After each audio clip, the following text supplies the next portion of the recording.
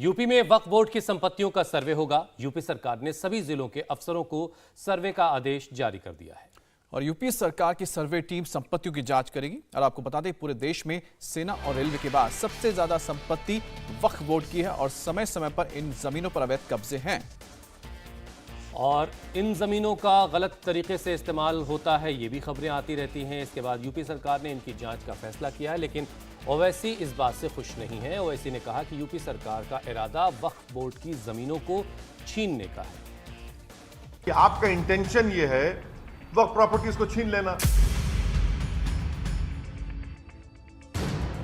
सर्वे आप करा रहे हैं तो हिंदू एंडोमेंट बोर्ड का भी सर्वे कराइए ना, मठों का कराइए।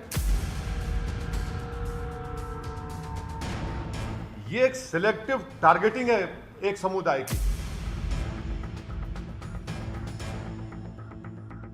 कि इनको बस तंग करते रहो, इनको सुकून से रहने मत दो। असदुद्दीन ओवैसी एक बार फिर गुस्से में हैं।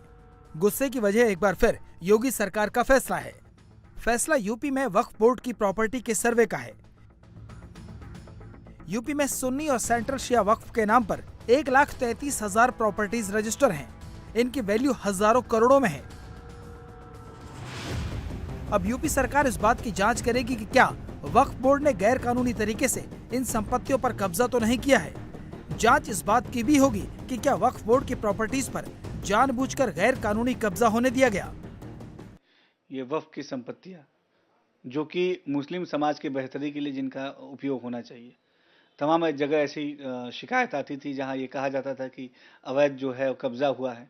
योगी सरकार ने वक्फ संपत्तियों को कब्जा मुक्त करने का भी काम किया और इसके साथ साथ वक्फ की संपत्तियां हैं उनको संरक्षित करके उनका उपयोग मुस्लिम समाज के तरक्की के लिए हो, ये भी चीजें योगी सरकार सुनिश्चित कर रही है।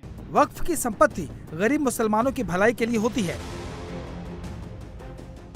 सरकार को शिकायतें मिली थी कि कई जगह वक्फ की प्रॉपर्टी समाज सेवा में इस्तेमाल करने की बजाय कम कीमत पर बेची जा रही है। प्रॉपर्टी की देखरेख के लिए जिम्मेदार लोग खुद ही प्रॉपर्टी पर कब्जा कर लेते हैं।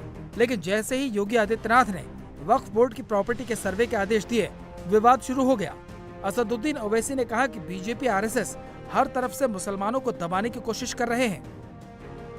अगर मैं एक जगह पर नमाज पढ़ रहा हूँ, ईदगाह है, खबरस्तान है, तो वक्फ बाय यूजर है, वो स्टैच्यू ऑफ लिमिटेशन अप्लाई होता। अब सरकार आकर बोलेगी नहीं ये वक्फ नहीं, हम छीन लेंगे। आप कैसे छीनेंगे? आप वक्फ एक्ट के तहत सेक्शन 83 है, वक्फ ट्राइब्यूनल को जाइए। आपका इंटेंशन ये है वक्फ प्रॉपर्टीज को छीन लेना। और अगर कोई वक्फ प्रॉपर्टीज पर कोई एंक्रोच करा है, कोई काबिज है, तो भाई सुन्नी वक्फ बोर्ड क्या कर रहा है, शिया वक्फ बोर्ड क्या कर रहा है, सरकार उनकी मदद क्यों नहीं कर रही है? और सर्वे आप करा रहे हैं तो हिंदू एंडोमेंट बोर्ड का भी सर्वे कराइए ना, मठों का कराइए। ये एक सिलेक्टिव टारगेटिंग है एक समुदाय की कि इनको बस तंग करते रहो, इनको सुकून से रहने मत दो। वक्फ बोर्ड की जांच के फैसले को लेकर ओवैसी ने योगी सरकार की नीयत पर सवाल उठाया तो अखिलेश यादव भी सामने आए।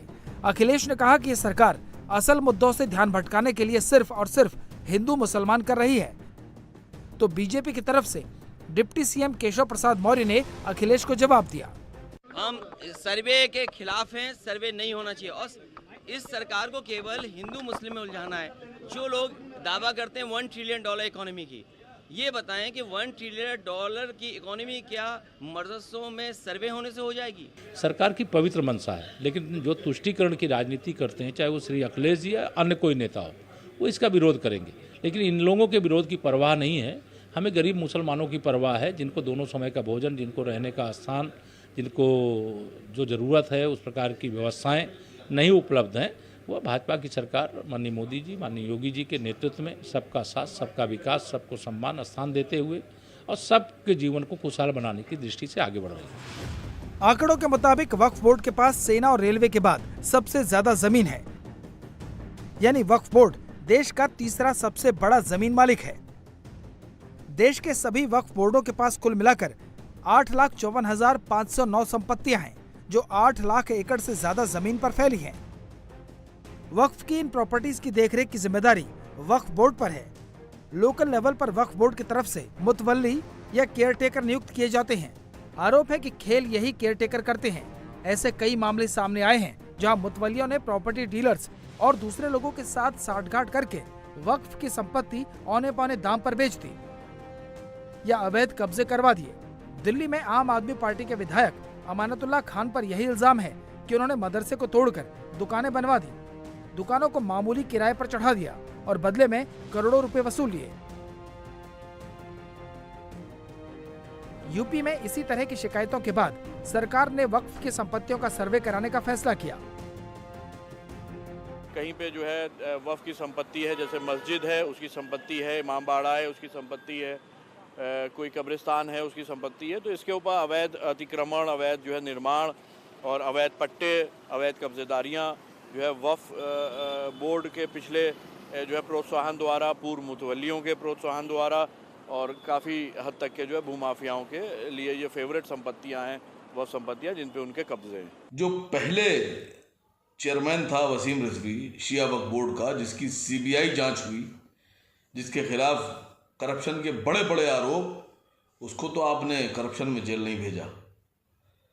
और दूसरी बात कि अभी तक तो आप ये कहा जा रहा था छोटी एनआरसी, लेकिन अब आप तैयारी में हैं बड़ी एनआरसी की। सच्चाई ये है कि आप सिर्फ और सिर्फ मुसलमानों को परेशान कर रहे हैं। मुसलमानों की प्रॉपर्टीज की जांच, वक्फ की जांच, मदरसों की जांच, एक तरफा कार्रवाई। इंडिया टीवी हर वक्त हर जगह डाउनलोड करने के लिए सर्च करें India TV news Google play store या ऐप स्टोर पर।